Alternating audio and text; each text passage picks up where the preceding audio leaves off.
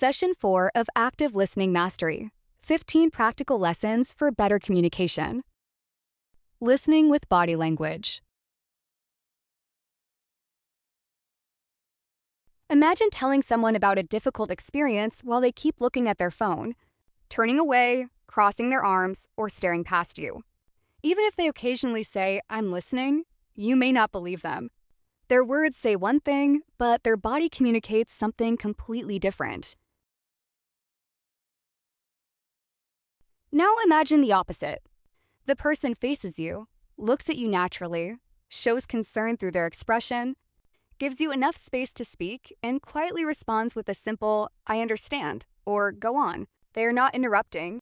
They are not taking control of the conversation, yet you feel heard. That is the power of listening with body language.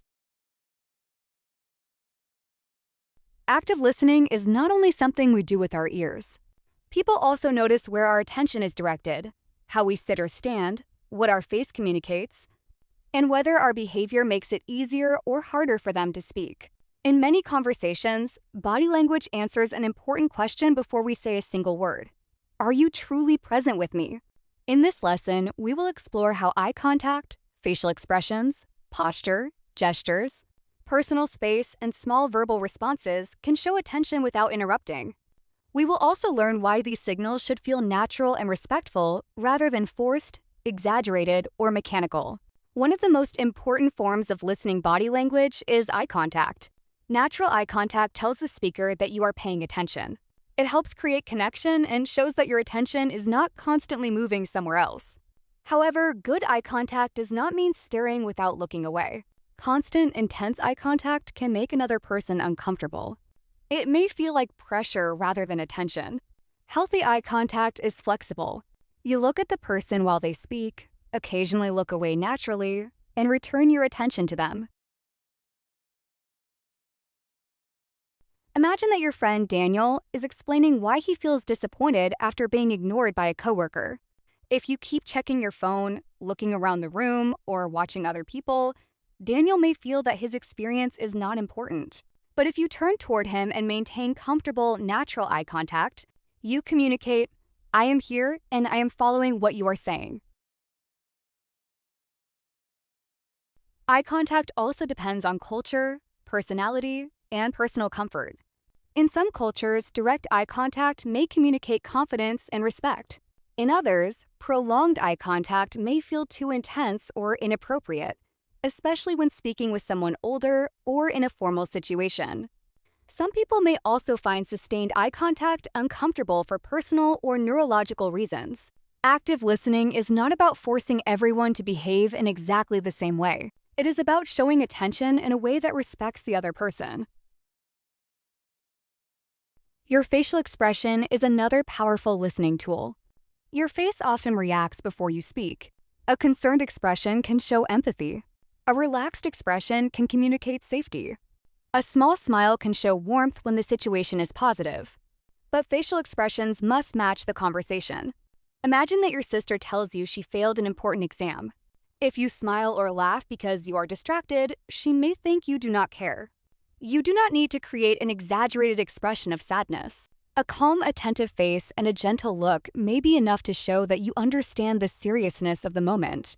The same principle applies to positive news.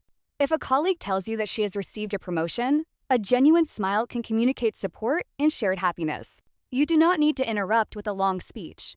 Your expression can already tell her that you are engaged. Posture also affects how people experience your attention.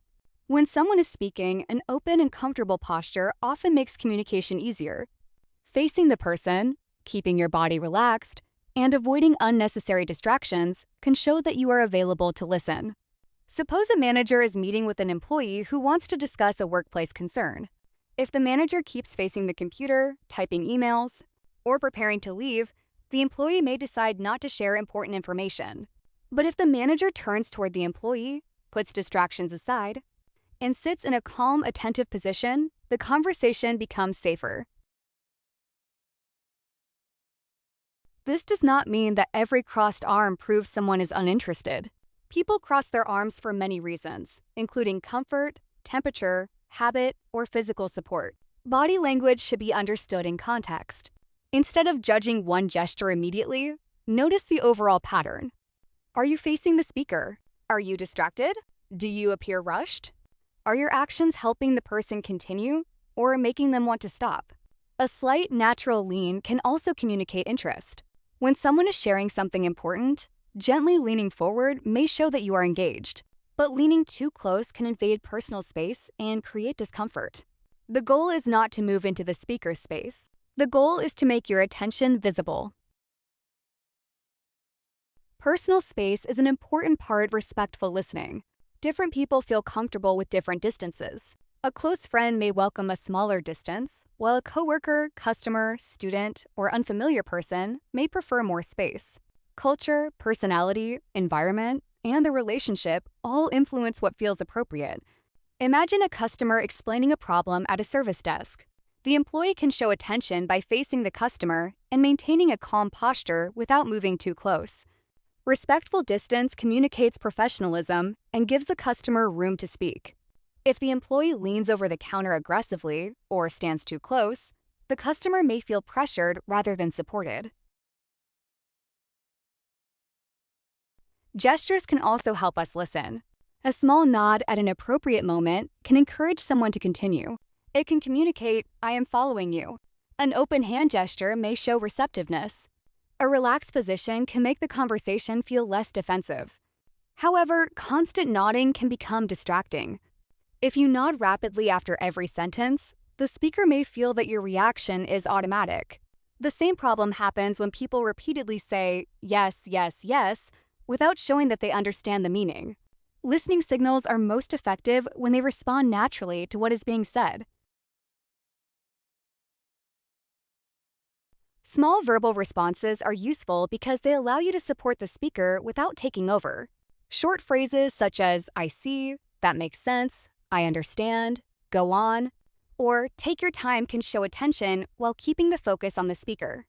Consider a conversation between a father and his adult daughter. She says, "I have been thinking about changing careers, but I am worried that I will make the wrong decision." If her father immediately says, "You should stay where you are," he may stop her from explaining what she truly wants. Instead, he could say, "I understand. What worries you most about changing?" This response is brief, but it invites her to continue. The difference is important. A listening response creates space. An interruption takes space. Sometimes the best response is silence. Many people become uncomfortable when there is a pause, so they quickly give advice, change the subject, or begin talking about themselves. But a short, respectful pause can give the speaker time to think. It can allow emotions to settle and help the person find the words they need. Imagine a student telling a teacher, "I've been struggling to keep up, and I did not know how to ask for help." After saying this, the student becomes quiet. The teacher does not need to fill the silence immediately. A calm expression, attentive posture, and patient pause may communicate, "You have time. I am still listening." Listening with body language is not a performance. You do not need to remember a long list of gestures and use all of them in every conversation. If you force eye contact, nod constantly, copy every expression, or repeat prepared phrases, you may appear artificial. People often notice when attention looks rehearsed rather than genuine. Instead, focus on one simple question. What can I do right now to make it easier for this person to speak? Sometimes the answer is to put your phone away. Sometimes it is to turn toward the person. Sometimes it is to soften your expression, give them more space, or remain silent for a few seconds. Sometimes a quiet "I understand" is enough. Your body language should support your real attention, not replace it. You cannot create meaningful listening only by looking attentive while your mind is somewhere else. The strongest signals come from genuine curiosity. When you truly want to understand, your eye contact, expression, posture, and responses often become more natural. This skill is useful in every part of life. In friendships, it helps people feel safe enough to share honestly.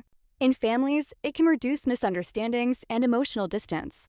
In romantic relationships, it can prevent conversations from becoming competitions over who speaks next. In classrooms, it helps students and teachers recognize when someone needs clarification. In workplaces, it supports trust, teamwork, leadership, and better problem solving. In customer service, it helps people feel respected even before a solution is found. The next time someone speaks to you, try a small experiment. Put distractions aside. Face the person comfortably. Use natural eye contact. Allow your expression to match the moment. Keep a respectful distance. Use a small nod or brief response only when it helps. Then give the speaker enough room to finish. You may discover that you do not need to say more to become a better listener. Sometimes you need to interrupt less and communicate your attention more clearly. Listening with body language is the art of being visibly present without becoming the center of the conversation. Your eyes can show attention. Your face can communicate understanding. Your posture can create openness. Your gestures can encourage. Your respectful use of space can create comfort. And your short responses can help someone continue without taking their voice away. Practice these skills in one conversation today. Notice which signals feel natural and which may need adjustment. The goal is not perfect body language. The goal is to help another person feel heard, respected, and free to speak. If this lesson helped you, please like the video. Share it with someone who may benefit from becoming a more attentive listener. And subscribe to the channel for the complete Active Listening Mastery series. In the next session, we will explore how to listen for emotions, not only words, and learn how to recognize what people may be feeling beneath the message they speak.